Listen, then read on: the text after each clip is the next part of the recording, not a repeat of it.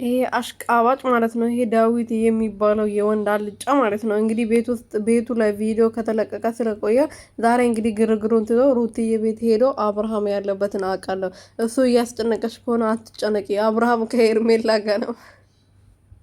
ወይኔ እናቴ ከሄርሜላ ጋር ነው አላለም? ከሄርሜላ ጋር ነው አብርሃም ያለው። ስለዚህ አትጨነቂ፣ አትጠበቢ ማለት ነው። ከሄርሜላ ጋር ምን ያደርጋል? ምን ያደርጋል? አንተ ምን አይነት ሰው ነህ? ጤነኛ ነህ ግን? በዛ ደግሞ ቤቷ ድረስ መጥተህ ከሄርሜላ ጋር ነው እስከምድን ድረስ ደህና እስከሚወድ ድረስ አይመጣም ትላለህ። እንዲ አታፍርም?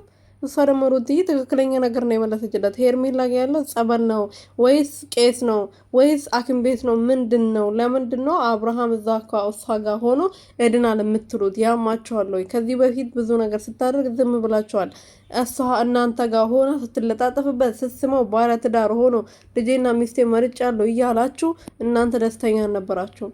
ምንድን ነው ችግራችሁ? አሁን ምንም ይሆን እሱ ያለበትን ንገረኝ። በግድ ነው የወሰዱት፣ እሱ ፈልገው አይደለም።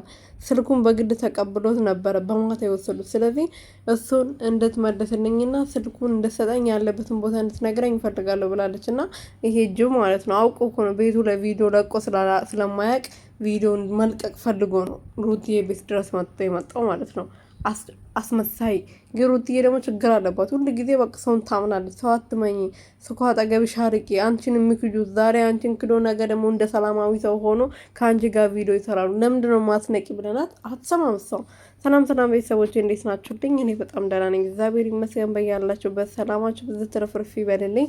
ለዚህ ቤት ለዚህ ቻናል አዲስ የሆናችሁ ሰብስክራይብ፣ ሼር፣ ላይክ ቤተሰብ እንድትሆኑ በትህትና እየጠየቁኝ እንግዲህ ልዕልቷ ደግሞ መታለች በዳዊት በሚባለው ቤት ማለት ነው። በሱ ቤት ማጥባት መጣ ደስ ይለን ነበረ። እሷ ደግሞ አትሰማም። እንግዲህ ምንም ማድረግ አንችልም። ምክንያቱም ያው እነሱ ናቸው፣ እኛ ምንም ነን እዚህ ጋር ማለት ነው። እነሱ ይተዋወቃሉ እርስ በራሳቸው ማንም መጥቀም እንዳለባቸው ማንም መጉዳት እንዳለባቸው በደንብ ያውቃሉ። ድራማ ስለሆነ ማለት ነው እንጂ አንድ ሴት እንደዚህ በተደጋጋሚ በአንድ ሰው እየተጎዳች በተደጋጋሚ በአንድ ሰው እየተካደች እንዴት ነው ደጋግማ የምታምነው?